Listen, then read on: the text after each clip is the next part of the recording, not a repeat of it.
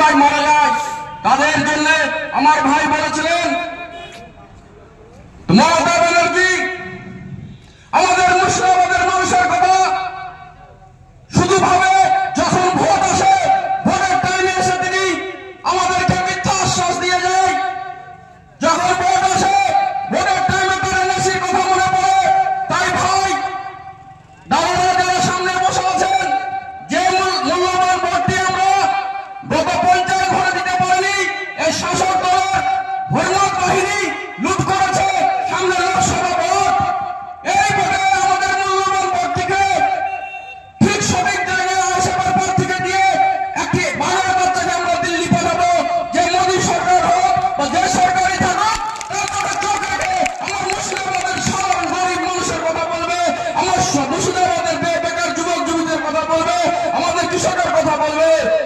যেভাবে নওশাদ সিদ্দিকী বর্তমানে বিধানসভায় স্পিকারের চোখে চোখ রেখে, মমতার চোখে চোখ রেখে কথা বলছে, সেইভাবে আমার বাগের বাচ্চা এখান থেকে যিনি পাস করে যাবে দিল্লিতে, তিনি আমাদের কথা বলবে। আপনি জানেন এই দলটি 2021 সালে 21শে জানুয়ারি আমার বড় ভাইজান প্রিয় পীরজাদা মোহাম্মদ নওশাদ সিদ্দিকী সাধারণ খেটে খাওয়া শ্রমিকজীবী মানুষ তাদের ন্যায্য অধিকারের দাবিতে দাবি থেকে তারা বঞ্চিত হয়ে আছে, তার সরকারের কোন অনুদান থেকে বঞ্চিত হয়ে আছে, তাদের জন্য দলটি তৈরি করেছিলেন। 2021 সালে থেকে আমি আপনাদের একটি ছোট্ট কথা বলি, সেটা হচ্ছে এই দলে আমি কেন এসেছি। আমার গ্রামে একটি বিধবা মা আছে, তিনি হয়তো 1000 টাকা বা 1200 টাকা, কত ভাই, 1000 টাকা বিধবা ভাতা পেত। তা ওই টাইমে তৃণমূলের কিছু কাটমানি দালাল থাকে, আপনারা জানেন। যখন আমার মা ব্যাংকে 2000 টাকা ওখানে যেত, পেছন পেছন গিয়ে ওর কাছ থেকে 300 টাকা প্রতি মাসে নিত, আর ভয় দেখাতো কি এই 300 টাকা যদি তুমি না দাও, এটা উপর মহল পর্যন্ত যাবে 300 টাকা। শুনেছেন কোনদিন 300 টাকা উপর মহল পর্যন্ত যায়? একটা বেকার আমার মা বিধবা, তার 1000 টাকা থেকে 300 টাকা খেতে গেলে ছাড়েনি।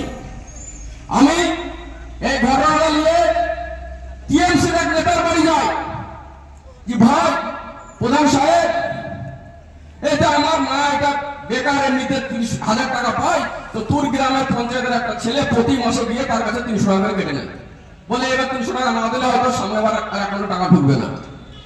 তো ঠিক আছে হাবিব তুমি এসছো, আজকে আমি একটু না কলকাতা যাবো, আমার শাশুড়ি এসছে, শালি এসছে, ঘোরা দেবো পার্কে, ভাই ঘুরে আসি।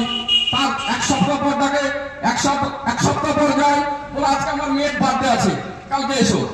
তো সেদিন আমি ওখানে দাঁড়িয়ে প্রতিজ্ঞা করেছিলাম আমি একটা এমন পার্টির সঙ্গে যুক্ত হব এবং এমন ভালো মানুষের সঙ্গে যুক্ত হব, নেতা মানুষ নেতার বাড়ি যাবে না, নেতা মানুষের বাড়ি যাবে এবং মানুষের সমস্যার কথা শুনবে।